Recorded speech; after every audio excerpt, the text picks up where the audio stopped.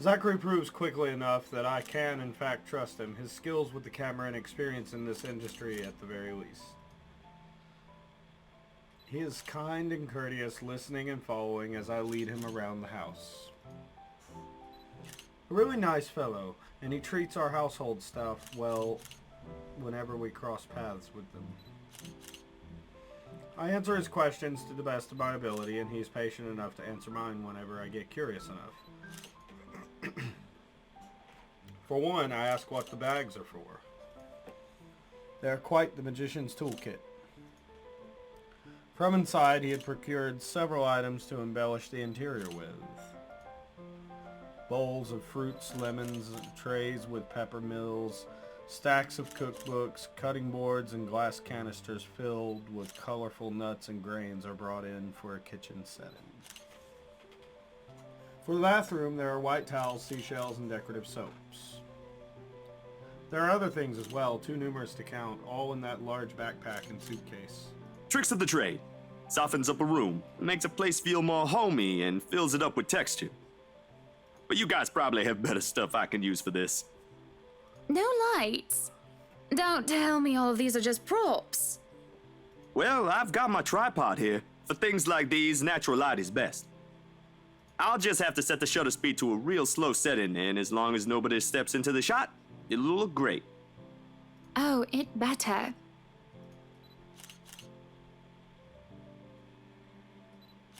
We go through the rooms one at a time, although we first tackle the ones that the movers have no business in anymore. The ballroom needs little preparation with its grand design. Although there is some trouble at first, with the wide open space and the pictures being backlit. It is in the kitchen that Zachary's props come in handy, considering how Johann's kept the place so neat and sterile. One can practically eat off the floor. We carry on, touring the house and taking pictures where we can, with exception to the rooms which have yet to gain any purpose or design, and then we end up at the bed. Too bad I can't take a sneak peek at his photos yet.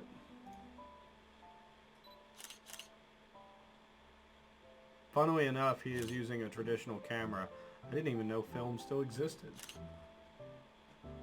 With the way he speaks, however, I can see that he knows enough about his craft that I'm not too worried about botched photographs.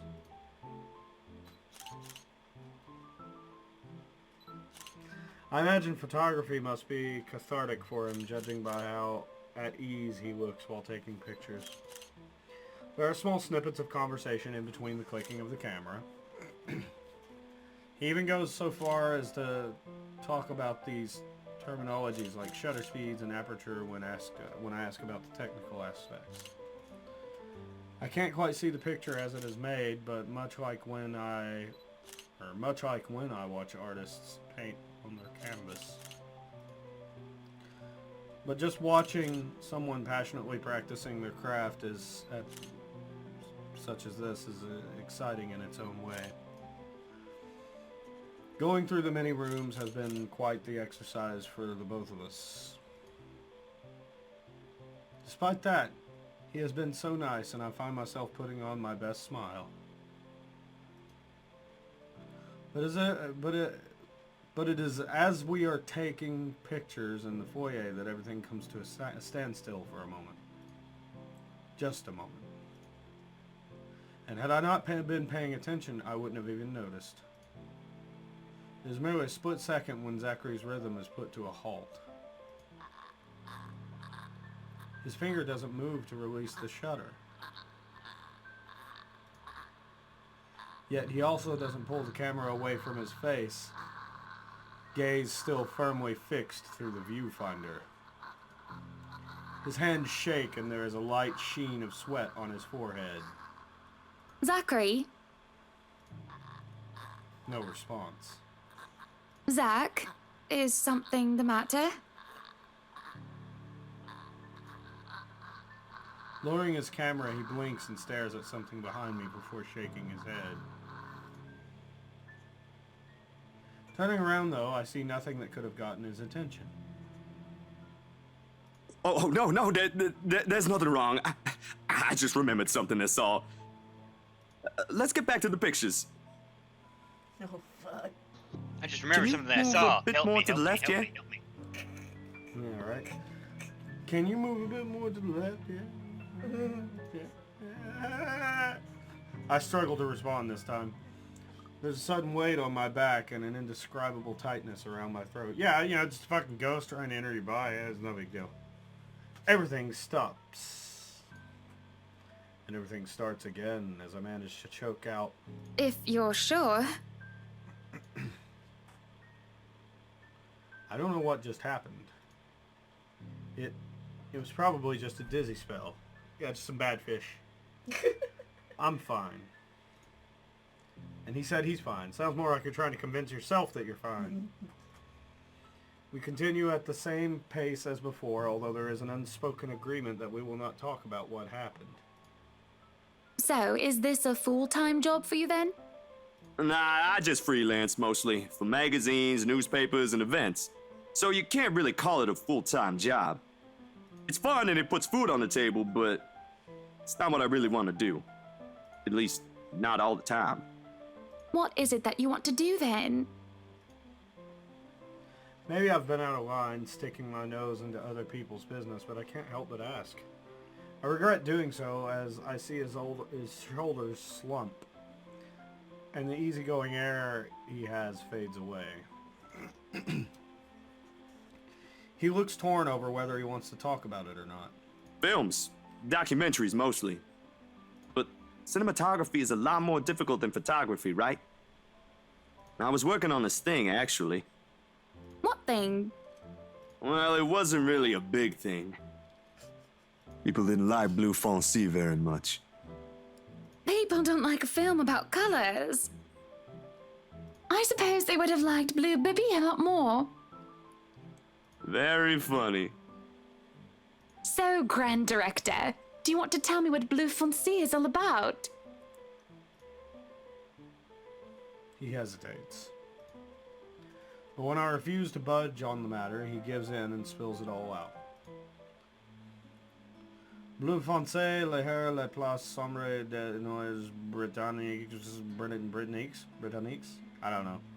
Des I Noirs. probably Oh, butchered Des that.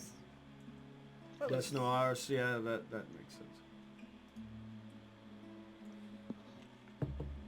Dark blue, the darkest hours of the Black British. He speaks with passion of one who has gone through the very matter he is concerned with. There's conviction, knowledge, and experience in his speech. And she is falling big time. Nah. Why I would have told him that he is an amazing speaker. Why I would have told him that he is an amazing speaker if only I wasn't so engrossed listening. Prejudice and discrimination in schools and in the workplace. Lesser chances for opportunity and higher chances of being treated like a criminal. He spoke of blacks and people of color in general still being treated like second-class citizens. All because of the color of their skin. I like how they're using the old English spelling of color too. With the U. It is all just positively riveting. You know, the way the rest of the world spells it. And sad. He comes to a point wherein he soon loses steam. He looks abashed, realizing what he had just done. Abashed? Sorry, I just got so carried away and... It's fine. It is really so fascinating to watch people talk about their passion after all. You should see how your eyes light up when you speak so fiercely. You do have very beautiful eyes. Uh-huh. Thanks, I guess.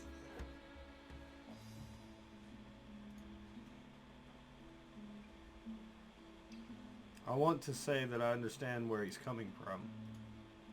But I really don't, do I? I was born with a silver spoon in my mouth, and I've lived a charmed life. It hasn't been perfect, but the difficulties I've been through pale in comparison to what others experience on a daily basis. I certainly don't know how I would have fared were it any different. Would I still have met Luke, and would he still have loved me if I was any lesser? What was your home like? These things you talk about. It sounds like you've... Well, I don't mean to pry, I mean. Live with my older sister and my grandparents. We had a shop selling all sorts of things below our flat. And well, I was one of the few non-white, non-British students in class. I didn't get pushed around or anything straight up. Even then, I was one of the biggest kids around. But a pencil and notebook would go missing, you know? Oh, that I knew. Children can be so cruel at times. Of course, it may be a slightly different story when you have personal guards and the stolen item is not a pencil but an expensive heirloom. So what about you? How you liking your new house? It's pretty impressive. It's nice, I suppose. You suppose? Not big enough? What? No, oh, don't be a bully. It's just that... I understand if you don't want to talk about it. I was a little girl, all dolled up and treated like fragile porcelain, with nursemaids waiting to me hand and foot. All the material possessions anyone could ever want, I could ask for on a whim, and it would be handed to me just like that. But I barely saw my parents. Just goodbye kisses in the morning before they went off to who knows where they were needed to next. I saw them more often on the telly or in the papers than I ever did in person. I remember my old house. It was a lot like this one. Big walls and big halls, but nobody in it. Not really. It makes you think how alone you are. A pensive mood overcomes us. And there's a moment where neither of us are sure of how to go on from there. Things have gotten a bit too personal, yet it isn't wholly uncomfortable. Like as if we've been friends before. Well, that's normal, ain't it? You just moved here. You'll make home out of it yet. He certainly makes it easy to believe that. My childhood house is indeed a lot like this one. Just as large and extravagant. And just as empty. I hope he's right. So, Monsieur le Photographe, you've covered the one and only Ermengarde mansion. What's next on the agenda? The interview? Boring. It's an interior design and housing magazine. And they want to know what Miss Wright has to say about her interior design and house. Honor Wright thinks she bought a magnificent house that she can certainly brag about. Blah, blah. Boring. You know what they should print more of? I watched an interesting documentary the other day. Bleu Foncé, The Darkest Hours of the Black British. I recommend you watch it. She hasn't even seen it. Those are the things that people should know about. She watches it and starts like falling asleep. What do they care if I use a purple or green bowl of fruit in my kitchen? People, right? Oui. People are shite. Woohoo! Woohoo! French into German. What do you think? Do I look good with this angle? Shite is not... No, never mind. Oh, is it my turn? Is that enough of a scene change? Gotcha. I strike a pose while he's being busy, looking taken aback for a moment, probably not expecting me to just go and say such a crass word. But he recovers quickly, and after snapping a few shots, he grins. Yeah, vous êtes belle. You want copies of these ones? Yes, please. So, the big boy knows French. You must have wooed a few ladies. Unless you're into gents. Either way, French is, after all, the language of romance. Though I don't know about quoting fancy poetry. But I've made lunch for a girl before, and they did like that fancy French cuisine. Can you cook your best? I can cook just about anything as long as I know the recipe. Same honey beak. It has been too long since I've had a nice and proper chat with a good friend. No, Lee is certainly not a good friend. And although we've just met, Zachary is the sort who can probably befriend anyone. He's just a comfortable person to be around with. A bit too comfortable. The photo shoot went by a breeze. And somewhere along the way, as we talk and laugh, I find myself getting a bit too close without realizing. He'll give me this strange look until I back off, and he'll go back to asking questions after I agreed to do his little interview. And it's just odd. Well, no. Me being friendly isn't that odd. That is how I am. Zachary is the one that's being odd.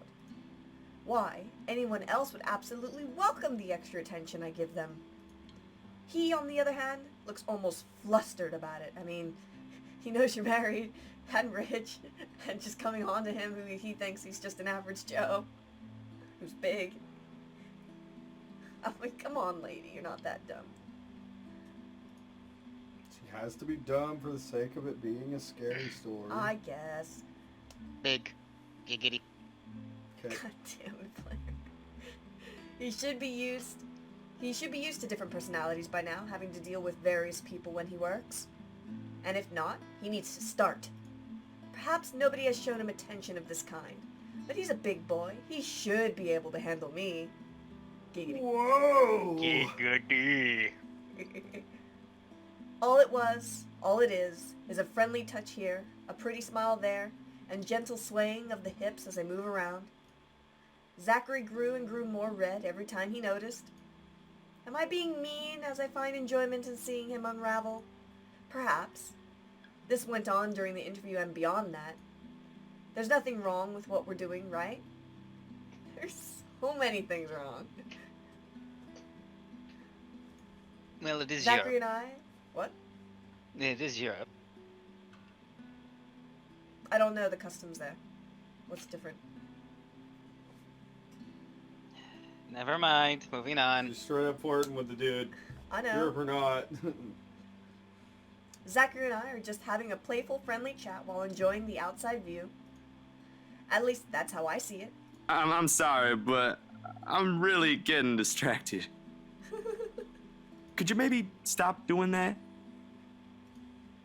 Stop. It just cuts I'm not her, sure if I want to, it though. just cuts her face down to the floor. Twerking. Continue teasing or stop it. I'm gonna say continue teasing. Hmm. I'm gonna say continue teasing. Stop, it's the boring answer. I guess. But it might have important implications. Oh, it I mean, every choice does. It butterflies later. Mm-hmm. An intricate web you can weave. You dare mess with my wife? Ah! You both said tease, so choose your tease. Yep. What would you have chosen if I didn't say anything? I would have went stop it because it's like, because of your own moral compass. probably, yeah. Okay, continue teasing. This is who I am, and I am not going to tone myself down for somebody else. Obviously a huge negative. I have no obligation to do so. At any rate, he is rather cute, and it is a bit fun seeing him squirm. Yeah, sounds like those are their kind of people. What's the worst that can happen?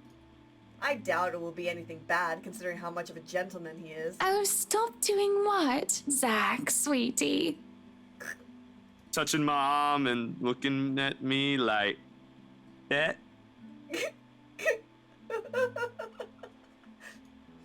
I pause, giving him a baffled look. This is certainly the first time a man has ever complained about me being too friendly. I'm not doing anything wrong. Come on now, don't be like that. It's just a bit of fun. A bit of harmless fun.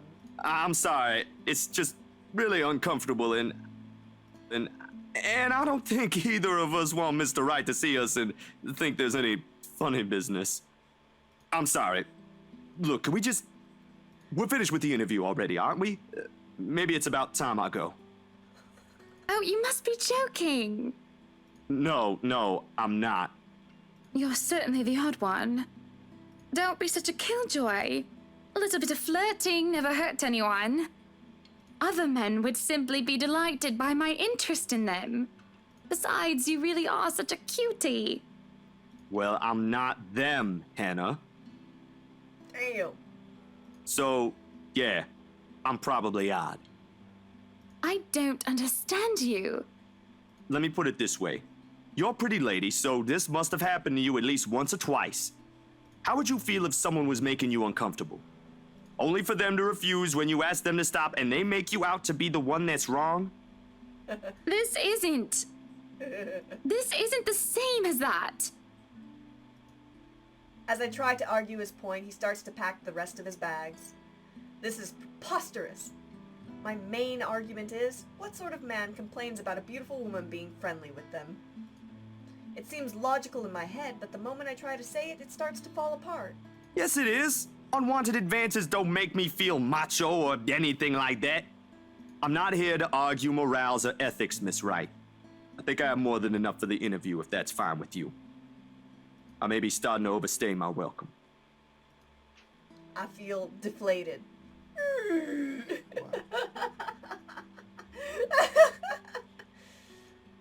And things were going so smoothly, too. I ended up pushing too hard, just when I might have found myself a good friend. I'm not sure if I feel awful because I'm not getting what I want, or because I was just compared to the pigs I so despise. You're not even going to let me apologize. You're not a bad person, Hannah. Just... Because I really am sorry. people won't always be how you want them to be. And apology accepted. But I really do need to go. A friend of mine is expecting me and it's getting late. Will you visit again? I will be asking for copies of those photographs. Yeah, sure. I'll make you a copy. That would be much appreciated. I'll ask Johans to see you out.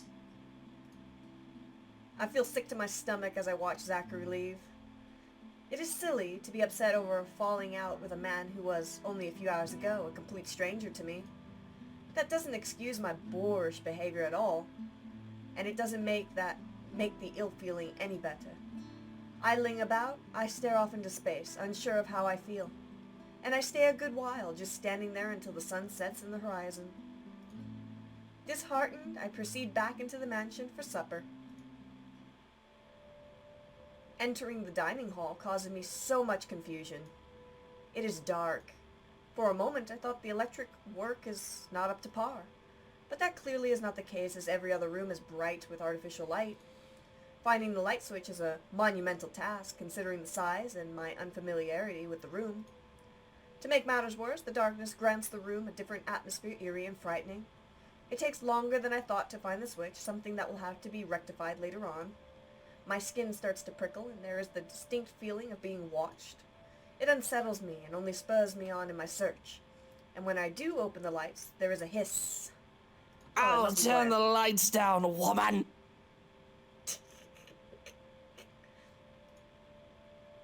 There, at the end of the hall, is my beloved husband, with his face in one hand and a glass in the other. Perhaps I can let it go if it's only one glass of wine. However, I can feel myself go livid after seeing the toxic green liquid gleam mockingly at me. Luke, what? Are you drinking absinthe? You know what the doctor said. Absinthe, Luke. Are you actively trying to kill yourself? Because if you are, we can just hit you with a bloody car. Damn. Honeybee, Buttercup, not too loud, please. Besides, it's Lelouch, not too strong. Just hair of the dog that bit me. Helps with the hangover, dearest. You drank? When? This morning, love. Don't be mad. I just needed a few drinks, having to deal with those simpletons. And maybe I had one too much. You don't see me whinging about you leaving me to handle them on my own. I had to attend the photo shoot and interview with Luxury Living. You know that. Let's not make this about me, Luke. This is about you and your drinking problem and... Oh, I don't know, Hana, darling. What if my drinking problem, as you like to call it, is linked to you? If we think about it that way, this discussion is about you.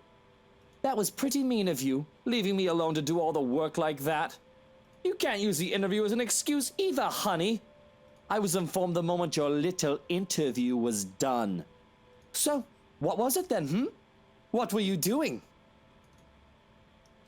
What's it gonna be? Should I tell the truth or tell a little lie? I mean, if he was informed that Is the that interview is truth? over, he knows. I was with Is that Zachary. truth? I was with Zachary, yeah.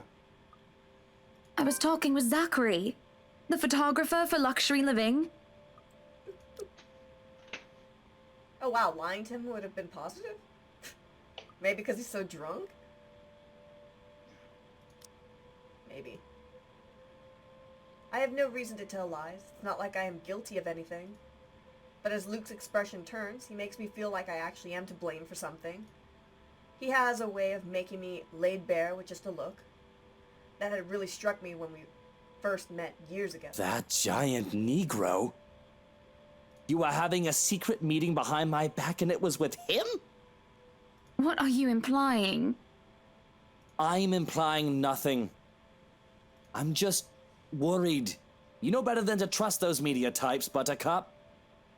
He must have been really friendly to occupy your time like that.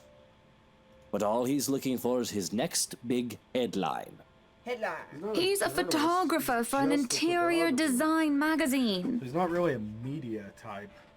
He wants to be, kind of. Well, in terms of No, movies. He wants to make but- movies, though. Documentaries. Yeah, he's not the spoil, oh god, this person did this on this day. Oh He's my not god. a gossip columnist. Yeah, there we go. He just Gossip takes columnist. fucking photos for the fashion magazine. Doesn't matter. You let one little thing slip, one wrong move, and it'll blow up in the telly in the morning. He'll go to his journalist friends to gossip and make a quick quid. His eyes were the first thing I noticed about him. They were like nature, the grass and the trees, wonderful and breathtaking. Now, as I look at him, they're nothing but the same shade of green as the bloody damn drink in his hand. He was a perfect gentleman, Luke. I can't say the same for you as of recent. Excuse me again? We're talking about you, Hana. No, I am pretty sure we were talking about you and your drinking problem, Luke, right? Hangover forgotten during the course of this little spat, the man jumps to his feet and seethes. It looks like he is barely stopping himself from throwing the nearest thing he can find. Oh, it is not a problem. I can stop whenever I want. That's what they all say. And even if it was, I think you can very well stay out of it, as it only affects my own kidneys or liver or whatever the bloody hell that shite pollutes. Whatever aftermath that occurs because of your little chit-chat with the Negro affects the both of us, however. Look, Luke, nothing will happen. You have to relax. It was just a friendly chat. Well, now I think I'm getting jealous. Or I would be if it weren't for this damn headache. Maybe you should drink more. Maybe. Supper is spent in silence and nothing but the occasional sounds of silverware. A grand feast has been served, well, grander than usual anyway, most likely due to Luke's complaints of stress. A platter of native oysters for starters, and tranche of turbot with purple sprouting broccoli, lemon, capers, and anchovy sauce for mains. God, that sounds so good! Except the oysters, I have no idea if I like them. There's only one way to find out. Eat them. I've never had an oyster, like, from the shell like that. What, you don't they put, like, Tabasco on it and just go, or is it lemon juice? I don't remember. Oof. It's either or. To finish it off, black tea and golden syrup sponge pudding with custard. Yeah. God, that looks good. Mm-hmm. But when our appetites are appeased and the plates are cleared away, Luke stands, kisses me goodnight, and leaves me to stare at my half-empty cup. Lonely in the lull of night, I sit in a house too big and too empty, foreign and unwelcoming. Oh shit. Even with its warm tone and homely decor, it feels cold. There is no need for tears, however. I know I can get through this like every other obstacle I have faced before. There is a minor setback in what I hope will be a long and happy life. To remind myself that this place is for Luke and for our future children fills me with a renewed vigor. Besides, it looks like someone is having a cry already. The wailing is far away and muffled. I knew it. Yet at the same time, it shakes me to my very core as I hear it. As if the suffering is just standing right beside me. Hearing it sends a chill down my spine and makes my skin prickle with goosebumps. Who is that? Curiosity sinks in as I follow the sorrowful sound into the kitchen and into the wine cellar hatch. Hello? Is anybody down there? I am curious and concerned, but there is no way I'm going down in that dark and humid underground. I'm not as enthusiastic as Luke, who considers himself quite the connoisseur. However, I also cannot bring myself to go to bed with this racket going on. If it is one of the household help, they will surely need some talking. After all, this wouldn't be the first time I've gone and found one of the maids sobbing their eyes out over one thing or another. As professional as our staff are, they are still human. More often than not, it was either Johannes or I who calmed them down, who helped them figure out how to go on about things. Unfortunately, I am not in high spirits right now, so I'm not as wholly benevolent. So I will open the hatch, call them out.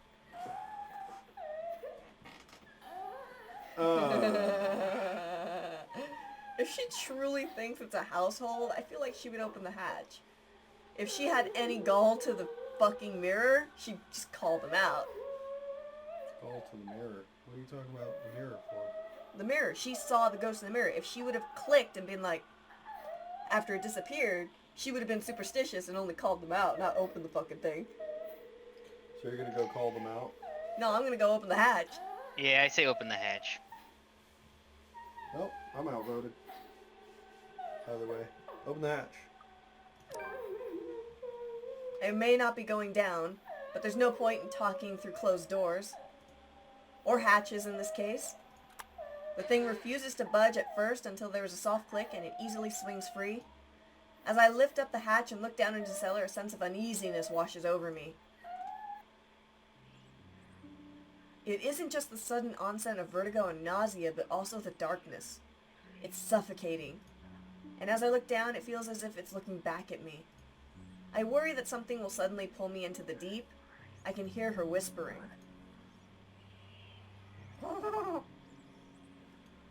Calling for me. She wants me. Needs me. She wants to drown me, pull me down, and suffocate me. Fuck you! God damn it! And suffocate me in her embrace until I sink to the bottom. A deep abyss awaits, inviting yet foreboding. She's calling to me from in there, isn't she? And I do want to help, I do. But the shadows threaten to creep out and the feeling of apprehension keeps me in place. Already it paints the room in a darker light. There is a lurching sensation and the feeling that follows after is hard to explain. It feels like I'm watching myself from the sidelines, a spectator. Fuck you! Spectator Good to job, my Linda. actions or lack thereof. I will myself to snap out of this detached feeling, to move, to do anything except stare at myself. And for a moment, I see the look of fear in my own face. I'm back in my body, but the hook in my stomach is no longer the only one. There are hooks everywhere, tearing and pulling at my skin, flesh and bones. They pull at me in every direction, and it hurts. It hurts so much, but I just can't bring myself to scream out. Help me. Oh, God.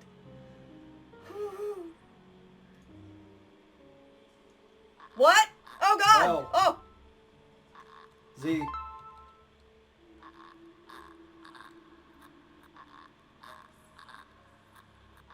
V. Oh, you aced it. Yeah, I put my fingers like as if I was gonna play a game, you know? Like, or I was gonna type. Fuck! I wake from a deep slumber. I wake from a deep slumber. Hey, Killer Drac, what's up? Thank you for that host. Yeah. God, that's one of the easier ones. I don't like the clickies. Damn it. Wait, is it your time to talk, Blair? And I just kind of stole it? I Yeah, mean, you took a couple scenes. yeah, it's been a while. I can take that from here. It takes a while with the fog that settled in my head. Are we cutting out? You cutting out? Hello? Can you hear me all right? You cut out for that whole line. Alright, let's try it again. It takes a while, with the fog that has settled in my head, and with my heavy limbs. But soon enough, I managed to look around. I'm in our bedroom already, although I do not recall going here. Luke slumbers beside me, looking peaceful and angelic. It doesn't matter. I'm safe, and I feel better than ever. Tomorrow, better days will come. Oh shoot, I didn't realize it was that close. Luke is already gone by the time I rise. There isn't a single hide nor hair of found, and trying to call him on his bust, as it only goes straight to his voicemail. That's twice in a row he's gone on me. And for him to disappear today, of all days, is every bit upsetting because of what's to come. The morning is once again filled with a whirlwind of activity. Fortunately, I am much more refreshed as well. Well, I took a break from my responsibilities. I haven't the faintest clue where Luke was yesterday. Today is going to be a busy day, although unlike Wednesday, the master of the house isn't here right now, absent once again from his duties. Hopefully he'll be back in time. What? It cut off again. Alright, let's try again. Hopefully he'll be back in time for the party. This is our house, after all. A grand housewarming party for a wonderful ride. I don't know why he keeps cutting out. Is it Discord or is it the... Earbuds. I can't tell. Well, It's no, not because he... the game Chat, sound am I keeps breaking going. up? The game sound keeps going and you cut out, so I'm gonna say you're breaking up. That's true, What? yeah. But what does Chad have to say? It takes a minute to get there. Hey, I know, chat! that's why. Is Blair cutting out as he speaks?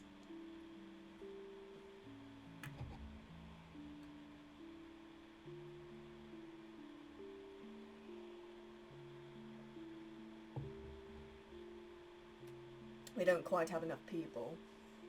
So most are just listening or AFKing. Alright. I'll try again anyways. Oh, he says sometimes. Alright. A grand housewarming party for a wonderful Wright mansion. Every person of importance from Luxburn is invited, and there will be a few guests flying in as well. Of course, there will be some people from the media, along with friends and acquaintances made, regardless of their status in society. Marianne and I discussed business and last-minute touches to the house before finalizing everything. Not that there is much change from our original plans. Bar any huge additions to the property itself, the mansion is nearly 100% complete. You have certainly exceeded expectations, Marianne. Everything looks so marvelous, and in such a short time, too. Well, I can't take all the credit. People have certainly been enthusiastic about the idea of working on the right mansion. There won't be any more problems unless Mr. Wright has any more objections about the second bedroom? Luke and I had a small tiff about making the second bedroom into a child's playroom, which I insist is completely practical. In the end, he had to acquiesced. Yeah, acquiesced. He had to acquiesce. I didn't give him any choice in the matter. I even bought his wonderful wooden crib. Wait, I even bought this wonderful wooden crib from the antique store yesterday, including Yeah, some toys. Yes, he's a big baby. He's gonna sleep in his own crib. God, I can imagine that now. He's just curled up in the fetal position. He's got a bottle with absinthe in it. Oh God. Little bonnet.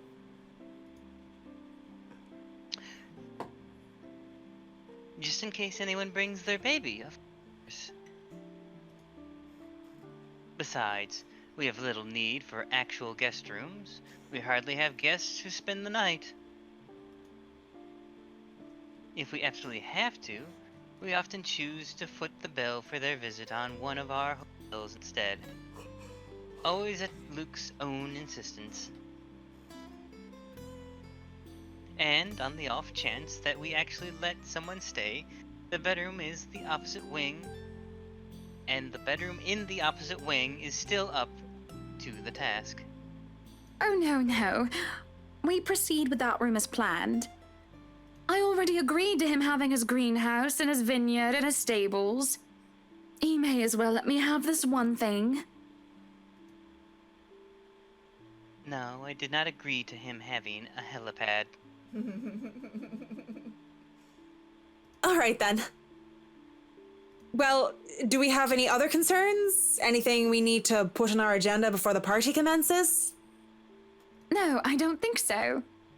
Not unless Luke has anything else to say. Is he around then? It'd be best if we can note down his requests right away, considering the scope of his usual ones. Around? No. Where is he? Who knows where? I don't. No, he's not around. She didn't have to point out the obvious now, did she? After 7 long years, I'd already gotten used to him. I should be by now. Still not, apparently. But don't you have a party? I want nothing more than to complain. To whinge about how unfair this is. However, airing out one's dirty laundry is simply taboo among high society. To do so will make you a ripe target for the next dinner party chit-chat. Vultures, the lot of them, really. Or most of them, at least. There are always good ones, like Rochelle Lee. Rochella? Or Rochelle? It's Rochelle. Yeah, Rochelle. Rochelle. It's just Shallowly. But put your trust in the wrong person, and you'll find yourself eagerly picked apart. Yes. But Luke's just being a sweetie, you see. That friend he's visiting, he's having marital problems, and he's just trying to cheer him up. Perhaps I'm being a bit too rash, a bit too hot-headed in divulging details. But I thought myself clever with the plan to dress it up as gossip. Marianne's raised brow make me unsure whether she is interested or not. Although that does make things better if she has no interest and, therefore, has no hidden intent to utilize whatever I might say to her. They've been married for a long time, and they've hit a... how do they say it? a rough patch. His wife has a drinking problem and can be very neglectful. The poor thing really does his best to be a good husband. But it's never enough for her. Sometimes I think it's the years. Maybe it's been so long that they've lost that romantic spark. What do you think? What do I think of the matter, ma'am? No, what do you think of my hair? It feels so lifeless and dull today, and that's no good for a party. And I think I'm breaking out into zits. Now that you mention it, there is something different. There better not be something on my face. I wouldn't worry about that. You do look a little paler than usual, ma'am. I apologize if I'm crossing any lines here, but have you been resting properly? Huh. You'd think I get a bit tanned with how sunny it's been lately. Don't you worry. I feel right as rain and never better. But back to the matter at hand. You were asking for my personal opinion on the matter, ma'am? Do you want me to be honest, or... Do I want her to be honest? Yeah, be honest. Yeah. If you're gonna be this fucking... Direct about it? Yeah. Be honest with me, Marianne. I Real don't talk. need someone to sugarcoat it. I'm not some fragile thing that I'm just going to break down at the slightest thing. She hesitates, taking a sip of her coffee while I stare into my own cup of... T. It like cut off right at T. As I stare into my own cup of tea. The silence stretches on, and I almost believe that she will never answer And he cut off. Never answered. my question. Not our fault. I suppose that I shouldn't blame her, putting her in the tight spot like this. Giggity. Her hesitation is understandable, though I loathe to admit it. She simply wants this whole thing to stay professional. But then she speaks. If I'm going to be completely honest, I need to ask. This is about you and Mr. Wright, isn't it? It's my turn to hesitate now. I really didn't expect such a straightforward question. I mean, you pretty much gave her a straightforward example. You just flipped the genders. No, she didn't flip the genders. She flipped what couple it was. Maybe flipping... Yeah, but flipping the insinuation on who was wrong. Yeah. Situation. And to get to the heart of the matter, I suppose I'm not as clever as I'd like to think. Or it is really that bad that an outsider can see our little marital troubles. Surely we aren't that obvious, are we? We've put up the act of a perfect couple for years, although it hasn't always been that. Although it hadn't always been an act. Marianne is just more keen than the average person, of course. It is a necessity to her career, and she's been working so closely with us. Yes, that's it. Suppose it is. What would you tell me? What? Did I get you that? Oh, I didn't get you. No, it's just like, what? You trying to scare me? No. I'm just giving another game, Frostmaw. Moving on. Yes. Then, I tell you it's none of my business. I tell you that I don't want to meddle. But, if the troubled husband with the neglectful wife asked me for my honest opinion, I'd say that he shouldn't base his happiness and his self-worth on someone else. Someone who won't even give him the time of the day. Maybe he should try being independent for a while. See what it's like when he isn't trying to please someone else and doing things for himself. Everyone's supposed to be their own man or woman, right? A bit of breathing room never hurt anyone. That's just my 2 pence worth, of course. So you're saying they should divorce? Nothing as drastic as that. If they're afraid that it might lead to just that, then maybe that is what's meant to happen in the first place. We shouldn't let our fear control our lives. But it's just a short hiatus is all. Or, couples therapy? Look, I'm really not the best person to ask about relationships. So grain of salt and all that. She trails off, having said her piece, and leaves nothing but the smell of coffee and Earl Grey between us.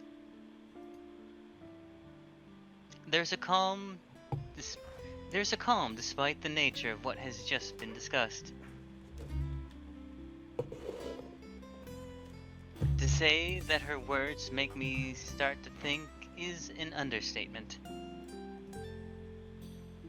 To say that I'm not considering her advice is a lie. And to say that this might just be the calm before the storm is a possibility.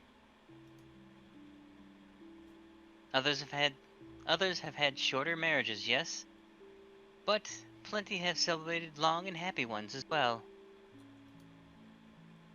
My own parents celebrated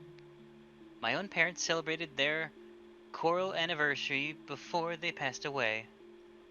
Boom, boom, boom, boom, boom. Choral. I don't know how many years that is. Maybe I'll give in her assumed age 20th century. Maybe 25, yeah. But 7 years? 7 years isn't a whole lot in the grand scheme of things. It isn't a whole lot of time to see what and where our relationship can bring us. And at the same time, 7 years. Well, it hasn't been entirely made up of unhappy years, has it? It won't last forever. It's not supposed to, anyway. I just dread the thought that it might last for a very long time. I dread the thought that these small spats, these little disagreements, will turn into an all-out resentment.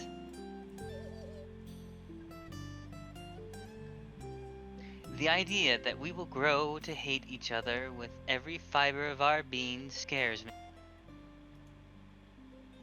I can't even pinpoint the exact moment when our blissful union turned sour. We can get through this, right? I know that I still do love him, and I feel that there is still a part of him that loves me. In return. In return. I'm sorry, it just does it. We just need to get our heads together and talk it out. Surely he will see some sense. There's a cough before Marianne clears her throat. I must have been quiet for so long, and I move to apologize when she stands up. We both end up on our feet, unsure of how to proceed. Some sort of odd, awkward shuffle occurs as we decide whether to back down or not. I really should handle what's left of the work. You won't be attending the party? Oh, you really must, Marianne. I'll try to stay and chat. Maybe grab a few bites and a drink, but I can't be around for the entirety of the event. My apologies. Busy, busy, busy. You must stay a while. I'd love for you to meet some of my friends, and they're ever so excited to meet you. You need to say hello to the Lees, at least. If it wasn't for them, I'd never even heard of you. We'll see. So, if I can be excused? Certainly. You'll have to excuse me as well. I must attend to the party before any early birds arrive. Because, believe me, they will throw a fuss if things aren't ready, even when they're not supposed to be here until an hour later. Before we continue, I want to look at something. Check the book thing. We've never actually looked at this, or I think we haven't looked looked at at this it. in a I think we looked at it once. Yeah, the very start. Yeah, there's a shitload of new updates. Mm-hmm. And this is a different person's journal. No. No, it just unlocks more in the actual journal. Yeah, Okay. it unlocks more pages. Yeah, but here's the thing. Let's say we unlock 2 pages on one day, but on a different character, you can unlock a page that belongs in between the 2 events. Yeah, and sometimes you can see where there's gaps, and you're like, oh, this might be somebody Yeah. else's part of their story. Click through them. Yeah.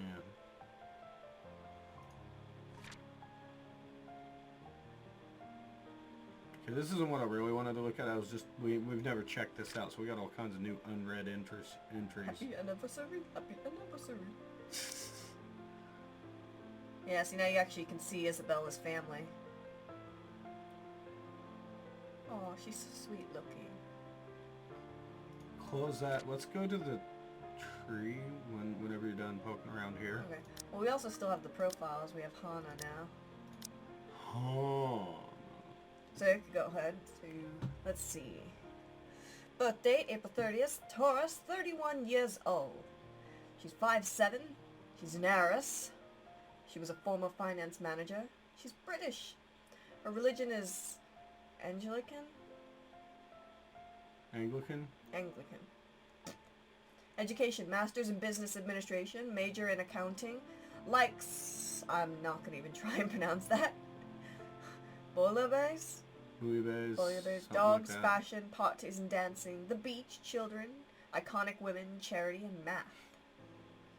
Of the Lux-born upper classes, Hana is used to living a life of luxury. Absent parents made her crave for attention, though something she gained from her private tutors and nannies instead. It was never enough, however. She studied hard in order to make her parents proud, going into business so that she could work alongside them. The challenge in her otherwise privileged life was certainly a thrill for her, at the very least. She had many suitors, dating different men and women, but it was through work that she met Luke. It was love at first sight for her. Upon her parents' death, Luke proposed to her. That was the move that led to the merging of Wright Enterprise and Evans Incorporated and her subsequent retirement. Their 7-year marriage is strained, but Hana tries her best to make it work. I think that's all we got, yeah. I want to see the... And it was Bouillabaisse. Bullish. Hmm See what? She was see the- talking about it The timeline. with Or Zach. not the timeline, the, Oh, the tree for Isabel? Yeah, we didn't... we were gonna... What, Blair? We I already... kind of We don't want already- to look at the past What? until an ending. Blair. It is an ending we for her. You have will had never an go back ending. to her. Yeah, we've already finished Isabel's chapter. That's what we were gonna do, and we forgot about that. We just Yep. jumped right into Hannah. Yay, it was a plus for Marianne. Yeah, so pretty much avert your eyes for a second, Blair, because it is going to bring up Hana first. It probably won't put us right It doesn't where... matter. Oh, maybe that's... No, Yeah, it did. it's just at the beginning, though. We've already gotten a good bit. Okay. So we did 52% of her possible... Blah, blah, blah, blah, blah. Well, there's a QTE that we didn't go through. That one right there would have been a QTE death, which means that thing right above it was a QTE. So there's a point where you can encounter her and do a QTE. Not long. Wow. That's not long after choosing to look at it. Look at the butterfly. Close eyes and pray. Oh, no, yeah, that's right. That's the QTE in the attic. I've seen that before in another playthrough. Yeah. That's the one in the attic. We didn't have to do that playthrough, or that QTE. Yeah. That's when you find the letter. I don't know. Story update 1. This one's story update 1. Common route means that it's pretty much linear. Just keep going. Pretty much. I just want to see where the branches are. Oh! Meet with Professor. And that would have been meet with the priest. So, yeah, and if you decide to go home, you don't get the choice to meet with either. Which means neither of those characters come into the story, or is that the one where blah, blah, blah, blah, blah, blank? I guess this Isabella doesn't come in contact with the characters. Oh, okay, but you'll still see them later, maybe. Check the butterfly there. What's that choice? What's common route? Yeah. Wait a minute. Common route means you're always gonna hit it. What's the butterfly say? Meet with professor. No, the other butterfly. Story update. Story update. Wait a minute. These are story updates that mean that they will affect other characters. Okay, later. wait. Taking that bottom route probably makes you end up on that top path. And that's the one that I told you about that I saw when I saw the one guy. It might not playing be when I as was simple checking as the that. game out. It might not be that simple. Oh no, there it is. Yeah, see, it changed. No, there it is. Look, there's the question. What was the answer? My instant noodle days are over. Wow, it doesn't even seem that important, but go over. Hold on, I can't see the scroller. when Sorry, you- yeah, sorry. It Wow. doesn't seem that important, but that's the one that leads to the ending that I told you about when I was first checking the game out. No, this little section leads to making the joke about Ash. Oh, Ash isn't here. Let's celebrate. Well, yeah, I know Yep. that. I already know what the other Oh, choice okay. was. I'm saying this shit right here is where she goes and decides to walk home on her own, which is the video I showed you when I was showing you having you check out the game. So this. It would lead to this That's path, the, which is. that's the car. Oh shit. Yeah. So wait, do you have I no don't wanna choice say but too to much walk about it. home, or just? I don't know Because entirely. there's 3 choices here. No, those aren't choices because it just says story update. Yeah, it's not a choice at that moment. It's It's a choice. depending you made on in your the past. choices, it'll Oh. fork. Yeah. Okay. So it's if the we would've- multitude of things to make you It's go the- in one yeah, of those there's more directions. than one So factor. if we would've- Your relationship status with characters also affects it. You will get different choices sometimes so- if somebody hates you So versus if if we they would have like you. selected this instead of noodle days are over, It we might would have have thrown had. us on either the Might top one or have the bottom. might No, have no, gone no. a different path. We would have had Depending on that. 2 choices here. I know the one that leads to the car. Spoiler for anyone watching. If you don't want to hear it, don't listen. The one that leads to the car is if she gets into an argument with Becca and she decides to walk home. And she goes down a dark alley that all 3 of the other characters have wanted never to go down that dark alley. Yeah. But now that she's seen the letter, it's even worse, and she goes down it, and then the car. I don't want to say what happens too much, but that was in the playthrough when I first checked out the game. I was like, hey, maybe we should play this. Oh, here we go. So, here's the thing. If we manage to go through here, let's say our relationship with Becca was pretty good, is what I think this path is. Mm-hmm. And this is us coming to terms, talking. And then it gives us 2 choices, which can again, looks like, lead to a death. Yeah, I feel like these right here, when it's just one fucking butterfly under a lock, and then it's just a straight path, that's character got killed off, but not in a quick time event. It's part of the story. Yeah. So there's 2 different ways she can get fucked up. Yeah, so it looks like we made a choice. This based on the curve, because it didn't go straight through, instead of like making room up, it didn't go straight through. This was a choice. I know for certain one of them she stays home I and know you're dies. trying to help. You're not bad after all. So that we took the love route. The other one I think is based on our relationship with Ashton. Yeah. Okay. Otherwise, the other one just, yeah, he doesn't give her a ride. Go forward. So yeah, see, we kind of zigged here. Talk about her cat, or talk about. Okay, so I thought that would have more of an Ooh, yeah, that was There's the a game death over. from That was. Yeah, that's in the office. That's where you failed the thing. Shut up! Wait, there's no, another yeah, path? so no, her. Yeah, Those are the. if you stayed those home. are the death paths. Those are the death paths. So one is the death path and one is the car, which I'm not gonna say what that is, but I know what that one is. Oh, I thought that was these ones. Yeah, I was wrong. So that's just skipping a huge chunk. And this is what makes, like, if you go back, shit like this is what makes one character's playthrough like 10 hours or makes it like 2 hours, depending on what you pick. Like, all that shit gets skipped if you went that route, and then that makes the playthrough quicker. Oh. So we actually got...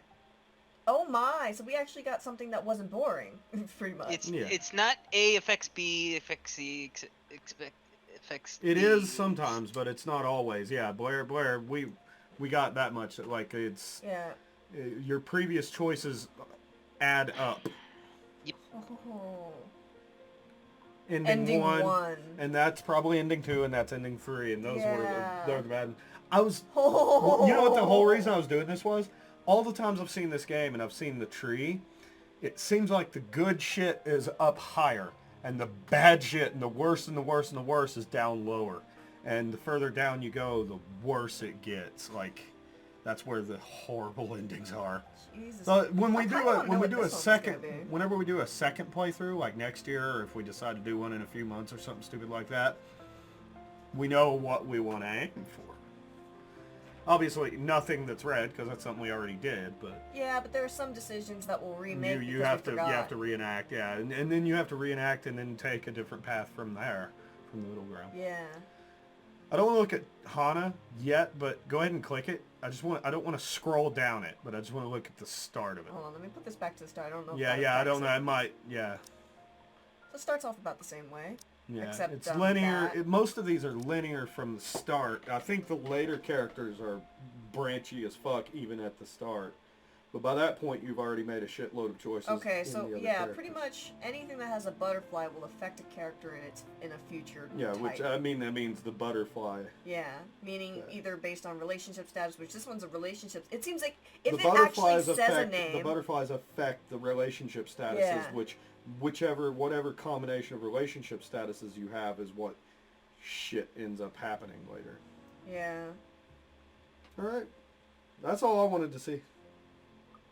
I don't want to fully. Yeah, I don't want Like, to. you can look at this thing and it's not that big of a spoiler. Yeah. You just don't want to. I'm gonna save zip here all through it. though. Yeah, do new saves every time. Yeah, I do. That way I we do. have points to jump I do. from. Because it's about to be midnight. Yeah, This is a good spot to stop right as the scene changed. That was fun. That was Oh fun, my man. god, yes! Yes!